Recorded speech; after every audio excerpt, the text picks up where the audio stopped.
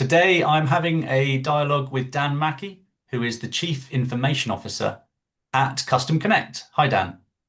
Hi Charlie, how are you?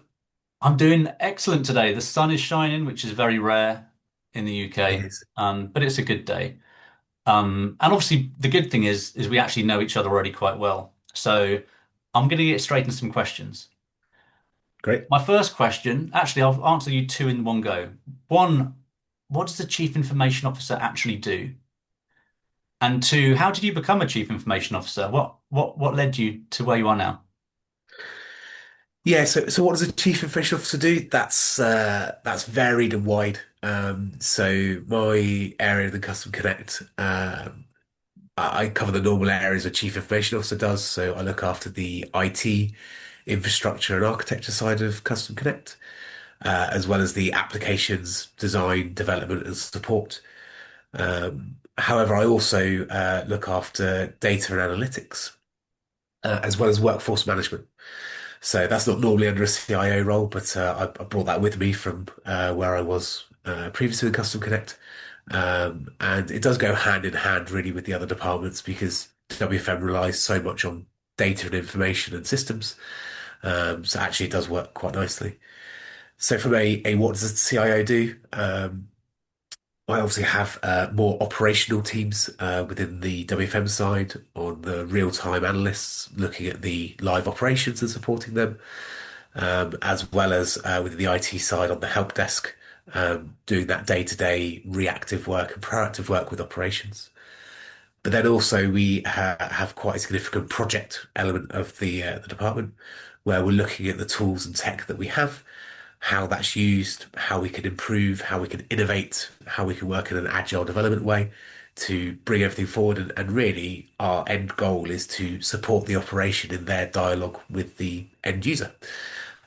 So I sit alongside Tom Moore, who you've already done a dialogue with as COO, and really I'm the manage most of the support functions towards his operational delivery. Is there anything that the CIO doesn't do? Everything you've said there is pretty much the whole business. So it's probably, yeah, but what could you list a couple of things that definitely aren't in your remit?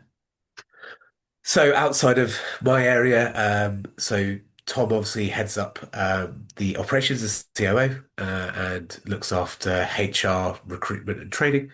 And then I would say finance is fully outside my remit. I do support the financial reporting side, but the reporting side rather than the actual financial accounting side of the business. So yeah, it is quite a wide remit within Custom Connect. But that leads towards the way we structure ourselves as a company and the flat structure, the entrepreneurial way of working that we strive towards. So it allows quite a breadth across different areas. That makes sense. And And you then obviously you also just, sorry, I was going to lead on to my other question that you obviously weren't born a CIO. So yeah, what led to you becoming one? Yeah, so I've worked in call centers my entire career. So I started off as an agent in a contact center just down the road from where we first met on the south coast of the UK. And I went through um, the WFM reporting side first. So in that support side of the business, and that kind of led from my interest in tech anyway. At college, I was doing technical courses. And then went into the technical side of call centers from a tech support perspective. And then through the years, and actually through a few company acquisitions and mergers, I went from doing the WFM and reporting for one site in the UK to as WGS got consumed into Xerox and then into Conduent, I moved into doing the reporting for all agents across the Conduent landscape globally.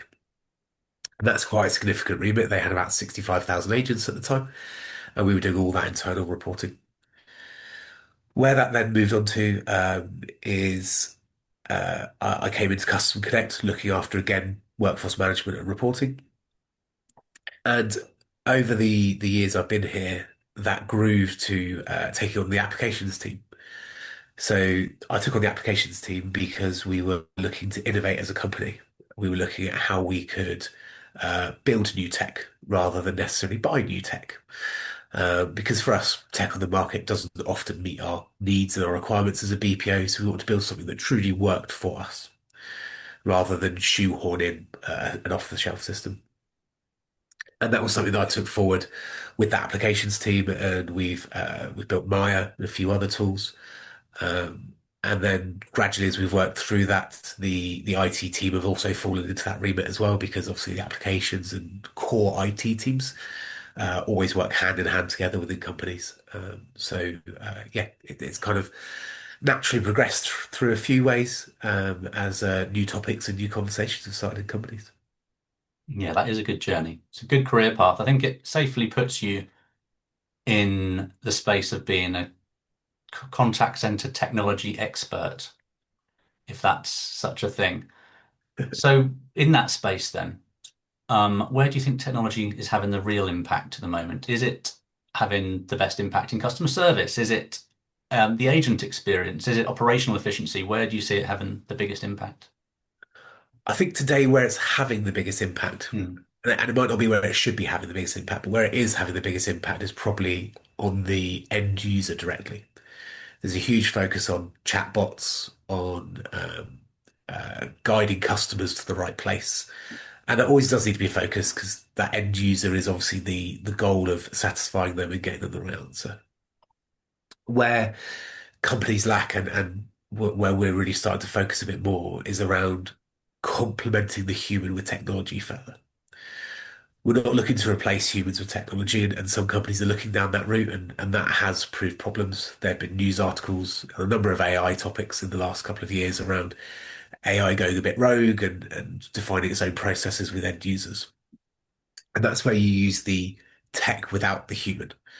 So for me, where it will have the biggest impact is going to be as you complement that end agent, as you empower them more, as you empower the team leader more, as you empower the quality analyst more with that tech, as you remove manual workload from them because you can implement technology and systems, AI or not AI, to remove, and how I talk about it to my team is remove the mundane admin work, the repetitive tasks. When you're doing the same manual task week in, week out, there's got to be a better way of doing that. There has to be tech. And that's where we look for innovations within the company to drive that forward.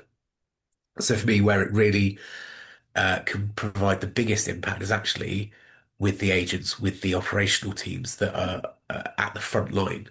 Because if you can give them a an AI powered knowledge base to say, actually, you don't have to think about the answer. You don't have to remember all of your training. You can use this to remind you. You can use this to guide you. You can use this to make sure you've got the latest information rather than searching through emails, through multiple files, through multiple updates.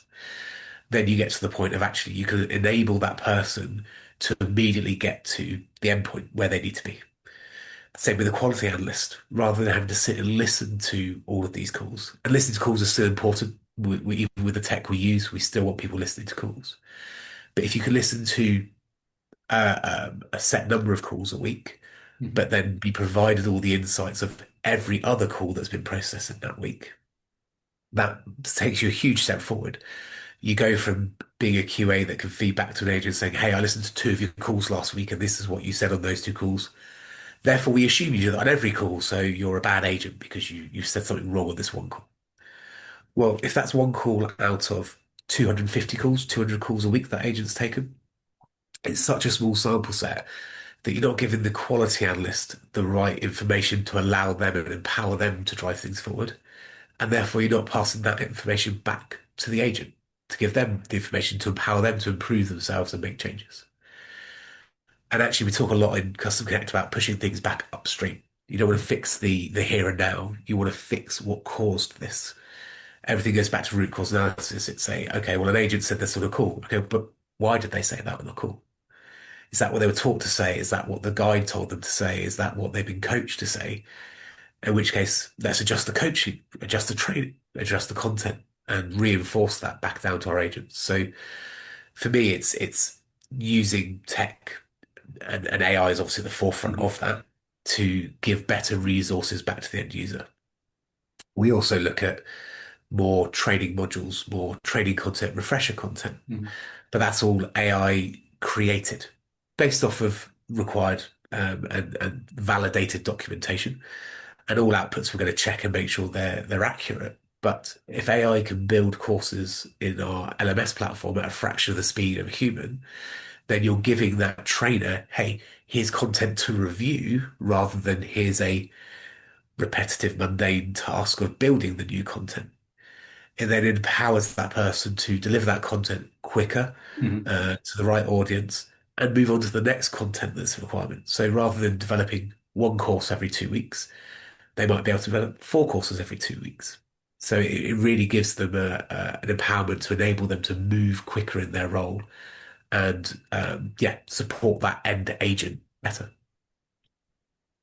Already you're giving me loads of sub questions I now want to ask because everything you're saying is interesting and everything you're saying I fully believe in that any technology and AI should be there to empower people um, and enhance people and enhance operations. But you started off by saying that um, the reality is in terms of how it's currently used, or a lot of the current focus is actually on things like chatbots and things. And and then everything that you said after that is everything we're trying to do and where the focus definitely should be 100%. But why do you think that for the large majority maybe of contact centers, large majority of customer experience, they still focus AI on the things of chatbots? Is it that it's an early adoption thing? Is it still relatively new to the industry? Why is this? I think there's a couple of facets there. I think there's all the element that if you want to go into a contact center and you want to get a quick win of reducing costs, Mhm. the way to do that is to stop contacts coming into that human at the end. Yes, you can focus tech on the human to improve first contact resolution, but that's a minor impact compared to a chatbot taking away an entire problem reason of customers contacting you. Yeah. So there's always the shiny tag on a chatbot because it's going to tick a load of boxes internally. Hey, I can spend this small amount of money to save this large amount of money, and that gets you on a tech roadmap. That gets you moving forward. In contact centers, you tend to be looking at a larger number of small changes. That's much more difficult to get onto a tech roadmap because none of those are big ticket items that allow you to move forward. And sometimes, yes, you prioritize the thing that saves money. But at the end of the day, your customer needs a dialogue with somebody, a Mhm. communication with somebody, whether that's a bot, whether that's a human, and you need to be giving the best service at that point. So for me, a chatbot is only ever going to be as good as the technology behind it and the effort in keeping it up to date and keeping it running. Some companies look at these chatbots, they put them in place, and they assume it's a once and done fix, it's been deployed.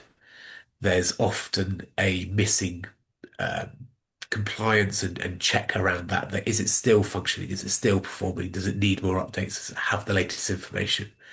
Has it, through any learning it's allowed to do, crept outside of its original scope? And sometimes that's missed, and that's where I'm a very firm believer. And as I've said a couple of times in here, and you said is it's tech complementing the human. Mhm. An AI bot is tech replacing a human. And that's where it falls down because then they're allowed to sit there and run. So for me, the cost is the big ticket item. There is always also a shiny thing of if you take to an exec board saying, hey, I want to implement this AI platform that's going to revolutionize the way we work as a company, that's always going to win over the, hey, I'd like to put in a automated quality check so that we can increase the number of contacts we listen to a week. Most companies will lean towards the first. Yeah. Some CSAT focused companies might lean towards the second. But companies are first and foremost looking at profits, and then secondly, looking at their other priorities around customer satisfaction, quality of service, retention of customers, engagement of their customers. So support is always the forgotten element. If I go back to a previous role I had in a cruise company, Mhm. the contact center was very much the last thought in most of those exec conversations. So if you buy a new ship and launch a new ship, well, that's great. Everyone's planning to that new ship hits the water in 2030. Great. Know we need more ship staff in 2030. We know we need more um, communication staff. That we know we need more shore staff at that point. We need more entertainment at that point, more shore excursions. But the contact center journey starts 2 years before that when you start selling those cruises. So companies don't often think about the impact of a future change to, well, actually, that hits the contact center first and earliest out of most areas. So yeah, so for me, it's companies not necessarily having those real overarching views of the whole company. And going back to the your comment about my role's got quite a wide remit, that's partly why I think it does in this company, because there's a flat structure with a group of people that have such wide remits that they can have those overarching views of the whole company. You're not having a silo view of your little area. You're having those overarching views at great detail. It's yeah, it's funny when you described a chatbot as that shiny object because it is. It's like whenever anyone thinks of AI in contact centers, the first thing they think of, they assume you're talking about chatbots. They assume you're talking about real conversations with virtual agents and humans, which is the customer. But that's simply not the case in the majority of ways that AI is used. But talking of shiny objects, Yes. you piqued my interest when, because obviously I'm a people person, when you started mentioning how AI, as opposed to using it for things like chatbots, can actually be used for things like creating training and coaching and developing people, which is right up my street. So how can AI or how is AI being used in that area within contact centers? Yeah, so starting with the training content piece, because I think that's quite a critical one. There are obviously a number of tools and services you can go and purchase that will support you with AI to create your content. But actually, where Custom Connect's taken that is we've moved away from those services into AI actually defining the content we need to create based off the information we give it. Mhm. So we, for example, take all of the training material for an account and say, well, actually, we need refresher training on these topics for our agents. And then we're using AI to create those courses, create the cadence, define what the length of the module is, what the content of it is. And then we have our training team review that. And there's always critique, there's always change, but that's where again we're using AI to do 90% of the legwork and allowing the human to do the last 10%. Because once you have a base product, it's great to tweak it, modify it, and adjust it. Getting to that first view of a great output, that's the Mhm. difficult part. So we then are using those modules. Those are loaded into our learning management platform. And then that's being assigned out to the agents based on their tenure. So we then have the platform and the AI view of understanding, okay, well, this is the cohort, this is the group of agents that now need this part of training. And then we have it assigned out to those groups, all managed by the training team and reported on by the training team. They then take that information back to executive dashboards, executive meetings to make sure everything is moving in the right direction. But it's not a once and done, and it's not a one hit tool. That's complemented by other tools we have. So we have our Maya Quality and Insights tool, and that's assessing the interactions of the agents, where it's a call, an email, a chat, a ticket, and that's then identifying where an agent needs to focus and where an agent needs the greatest improvement. That can then link back to these learning modules that are being created, and then we can assign people learning modules as we go through their life cycle within the call center. And again, it's tech to complement the human. You're immediately identifying that this agent has an area they need to focus and improve on. Okay, we have content and modules for that. Let's assign that to that agent. And then we assess and monitor automatically, has that improved that agent, or is it a topic that requires further human coaching from the team leader? Again, it's complementing the team leader at that point. You're telling the team leader where they need to focus, and you're taking away some of the admin time for the team leader to identify the right training content to provide. You're removing time for the training team by having to go, well, actually, we don't need to create a unique course for this one instance. We already have this in place because it's come up multiple times. So yeah, so for me, it's about how we can link those multiple tech deployments together. You add on to that a AI-powered knowledge base. Well, now you're tracking all of the terms that the agents are using, so Mhm. you improve the knowledge base itself and how it works. But you're tracking what they're searching. You're comparing that to the Maya Quality and Insights to say, this is the areas they're struggling with. You're looking at the learning modules that they have. You're then also pushing that back upstream. As I've already said, that's our huge Mhm. focus in Customer Connect, because if people are regularly searching the same things in the knowledge base, well, that's proved that there's a deficiency in the training at some point. So how do we close that gap? How do we close that gap with our existing population through refresher training? But also, how do we close that gap through adjusting our induction training so that this issue does not reoccur next time? Is it the induction training? Is it our selection process at interview stage? Is it our role profile to start with? So it's about taking that again, complementing the human. How often do HR teams actually get feedback, specific feedback on which agents worked well through the training session, which agents did well in production, and why they did well, or where they had issues? Giving that information to HR department, they love that because now they can go, actually, our recruitment process needs to change. We'll adjust this. Often I sit in review calls, or in the past, I've sat in review calls of the companies where the feedback to the HR recruitment teams is it was a poor group. Can't do anything with that. It's the same as we're saying with my quality and insights to the agent. Rather than going, you had one poor call. Yeah, highlight there was one poor call out of 200 calls in that Yeah. week and give context to it. So yeah, for me, it's linking those systems together and having those multiple small deployments rather than necessarily a big ticket item like an AI chatbot. I love how you describe that life cycle. So it's not just one thing, it's a suite of AI that supports recruitment, onboarding, training, coaching, listens to calls and then feeds back with system updates and process updates. It sounds like a complete ecosystem of suite. And maybe is that what people or contact centers might be getting wrong at the moment with in terms of AI adoption? Because is it that they might see AI as being one product, and then they might buy another product and they're not talking to each other? So it seems like the magic, as I heard it anyway, was that we're making all the products talk to one another. So it's one big suite rather than lots of separate products. Yeah, I think you've absolutely hit the nail on the head there because this predates AI as well. If we go back to 10, 15 years ago, it was the same problem.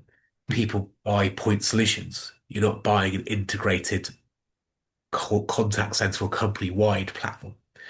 So whether it's a tech from 10 years ago, whether it's AI now, people are still buying point solutions, a quality tool here, a learning tool there, a CV sifting tool into the recruitment team.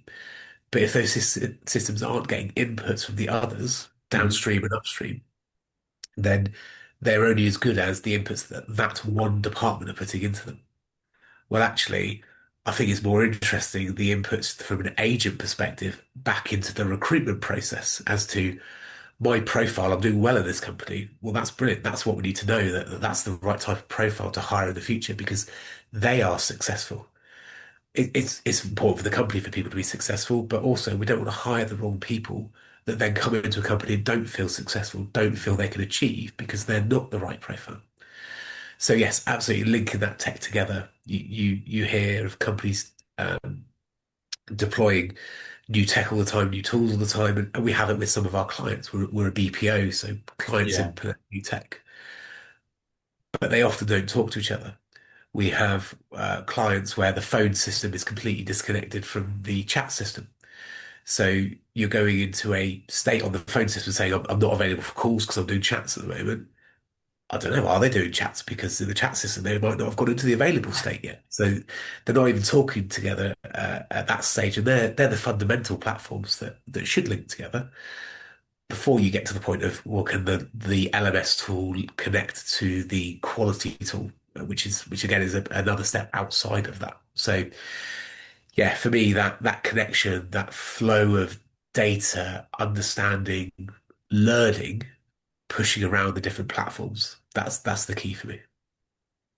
Cool. Flow of data. That's a good soundbite. It's all about the flow Yeah. of data. It's good.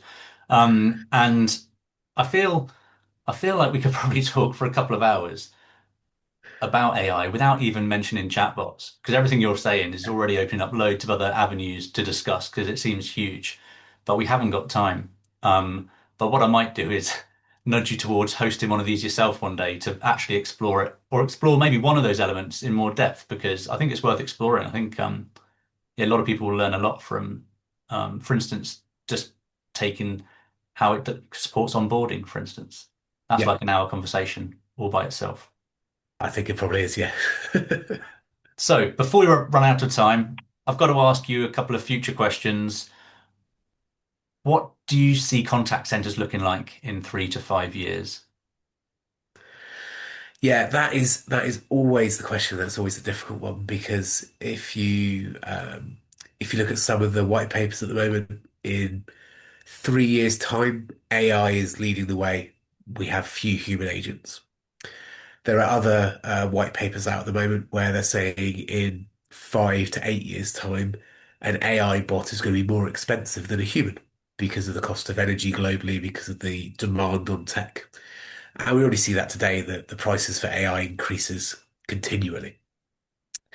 There was an article last year around one of the big players has already purchased exclusive energy rights to a new power plant that they haven't even started building yet because it is a few miles down the road from one of their data centers. And they've already identified they need that much more power in the coming 5, 10, 50 years.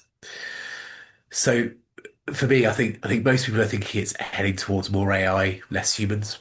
I think that will be the direction it goes, and then I think that will collapse back down again because I think there'll be a recognition that people want to talk to people.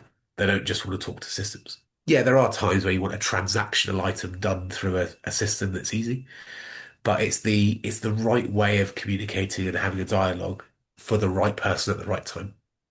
And I think giving that choice to the end user, it will revert back to in maybe it's the 3 to 5 year period of actually people want to go back to that human.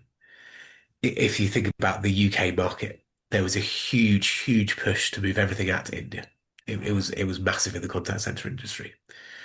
And then that burst. And then everyone was pulling it back because the people, the end users, the consumers decided actually they didn't want that as a service. And I think that's where we're going with the AI piece as well. So I think there's a balance, and that is why we're looking at how you make that person more efficient and higher skilled, so they can be the one point of contact. I think gone are the days of having a tier one and a tier two and a tier three. I think with the next 3 years, you need something called a galactic agent where they can deal with any query and any question that comes through from any customer anywhere within the company. And again, you're not going to get that without the right tech being there to complement that person. Yeah, it's a great point. People like to talk to people. Yeah, And I think that's where it's heading. Everything you've said is leading towards the fact that in the business now, not just our business, but in the business of BPO, it's been realized that we should be focusing on what people want, not necessarily what businesses want, which is where we're now realizing, no, people like to talk to people. Absolutely. Let's keep people then to make sure they've got people to talk to. It's a great point to finish because we are running out of time. yeah, Yeah, thank you for your time, Dan. It's been a very good conversation. We'll have to have more of them. yeah. Great. Thank you, Charlie. It's been a really good chat. Cool. Take care. See ya.